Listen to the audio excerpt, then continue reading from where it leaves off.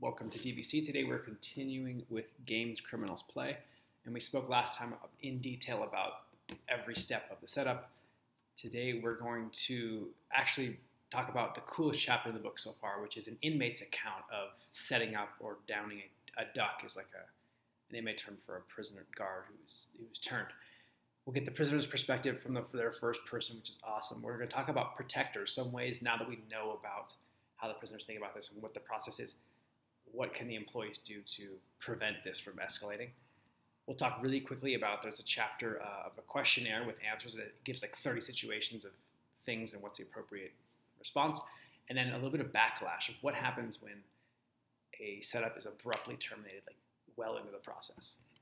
Let's hop into the first one. Chapter is called Downing a Duck. And this was a really insightful chapter, really interesting psychological stuff going on. And this is an inmate's version of some of the stuff we talked about in the setup from their point of view. And a few things he says was, the first thing you got to do is to watch things like the way they act. How do they stand? How do they sit when they're sitting? How do they dress? And then they talk about developing an employee into a duck or someone who's manipulated. And they look for people who are maybe uneasy around their boss. And they do the nice guy bit so strong that they overlook violations of the small unit rules we talked about in the last chapter. And he says that you've got to remember that when developing a duck, that you are always the student and he's the teacher. So let him talk you into believing as he does. And this is all used to manipulate and to stroke the ego of the duck. And he says you appear fascinated by their knowledge, so flattery, you make them think that you need his help and that he's making you a better person and that you want to be like them and emulate them. So they kind of take on this mentor, teacher, leadership role to be manipulated. Really interesting one. The inmate says that he staged a fight between other inmates at one point, and then he stepped in to save the duck who was having trouble handling it. And he says, "Wow, was he grateful?" And then he used the duck's own cigarettes that he gave him to pay off the fighting inmates for their performance, which was like some serious master manipulation, like on a deep level there. And the idea here is that also, if you want to hide a major contraband item in your room, then you leave a minor contraband item so that it can be somewhat easily discovered. The search stops, and then you get to keep your large item. Next chapter is on protectors. There's 10 what the authors call protectors, which are ways to sort of intervene and stop this process from happening. Number one is to understand the definition of a professional, which we talked about, and to act like one, or I would say just to be one.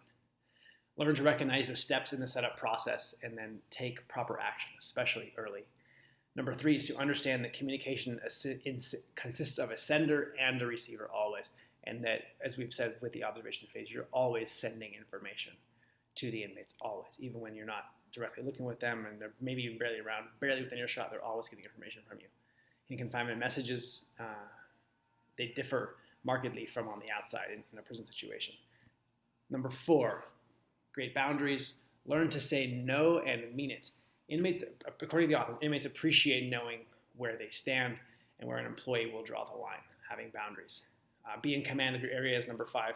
So streetwise criminals quickly discover which officers need an authority symbol present to do their jobs correctly and which ones don't. So be firm, fair, consistent. Number six is to check the central file of inmates the employee thinks are trying to get too close to see they have a history of these kind of behaviors, or maybe they're just being just how they are. Number seven, be knowledgeable of proper institutional procedures relating to avenues that inmates can pursue to acquire their needs that aren't covered in the institutional rulebook. So use the proper channels if they're making special requests to see if that happens and document everything. So the intended victim, number eight, must let someone know that he or she is being cultivated if they recognize this stuff going on. Number nine is to document each step of inmate violations in an escalating order. So prisons have different types of documentation for these requests that will be happening. And number 10, when the prisoners present their shopping list, it will always be when a staff member is alone. Remain non-committal and then go report it immediately. So don't say yes or no. I gotta look at this thing, figure it out, And then so just as I notice a pattern reading through this whole chapter, it's that the setup process works by isolating and dividing staff. So if you cut that off, that the psychological dynamics don't work nearly as well. and also that inmates violate minor rules to find an employee's tolerance level, sort of testing them out. When boundaries are being violated, especially the little minor ones, think not just of, this is my own idea, think not just of today. It's usually easier to not say anything and just move along for a small minor violation. But consider this this one day, the first of many, many opportunities for this pattern to escalate, which it will. So think of the larger context and not just I want to be more comfortable with minutes, so I'm going to just pretend I didn't see that, right? And those are the things we can do to avoid this process. A questionnaire with answers was a really cool chapter also. It has 30 situations where inmates push boundaries with employees. Inmate of the opposite sex leaves a love note under an employee's plate at lunch, for example, when they give them their lunch. An inmate tells an employee a sexually suggestive story, and on and on and on. The common thread with all 30 of these situations is that these are all tests, so like kind of observation phase type stuff, to establish an employee's likelihood to be a good setup victim. The common advice here between all of them is, this is a quote from Shakespeare that wasn't in the book actually, but it reminded me of another book that I read once. And it says, Shakespeare said that it is easiest to resist in the beginning. And we're going to come back to that in just a second. And there's a really cool book called Influence by Robert Cialdini. And he has an entire chapter that Shakespeare quote is like the head of the chapter on consistency. And the idea here is that there's a huge desire in all of us as human beings to be and be perceived as being consistent. And this is an unspoken thing in this book that they don't mention, that how the setup process works. There's a consistency of behavior that is sort of a principle implied in everything going on in the setup process. Now, the last chapter for this video is called Backlash. So far we've talked all about like recognizing the setup and preventing the setup, like before it begins. Now we talk about how to stop one once it's already like, we're like well into it, and maybe the employee's like, dang, this needs to stop now, or it's getting out of control. So Backlash, after setup reaches a prompt, non-fruitful conclusion, meaning that the employee cuts it off, is a style, so this is what Backlash is a style of psychological torture that can continue for months.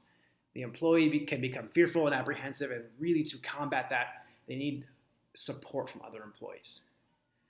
And the striking out from the failed setup team is mostly verbal and psychological, like threats, stares, but it's not as common for there to be actual physical assault. While the unsuccessful team is backlashing on the duck, doing all these negative psychological tactics, other teams will move in to that same employee and begin their own setup. And you can see how this could work psychologically, empathizing with, hey, I saw these guys are giving you a lot of shit right now. Like rapport and setting them up, like they're primed for it, right? And there's a prison dynamic there where it's sort of like, oh, your team, our group will succeed where your team failed. So it's kind of like a one-upsmanship among the inmates is possible there. And the good news here is that according to the authors, that the backlash phase usually actually aids in professional skill development, even if it's tough to go through, which it's going to be. But though usually most employees come through that phase better off on the backside. And one last thing that, again, that they didn't note, that I noticed in this section, is that if a setup team tests an employee early on, which they do in the observation phase, and the employee does not allow for minor infractions to go unchecked, the team will move on to somebody else without really much to do. However, if they select an employee after testing and observing, and then that employee at a later date promptly halts the setup, then there's backlash and all this opportunity for other teams to come in and lots of negative things to happen. So again, back to the Shakespeare quote, it is easiest to resist at the beginning. Thanks for watching.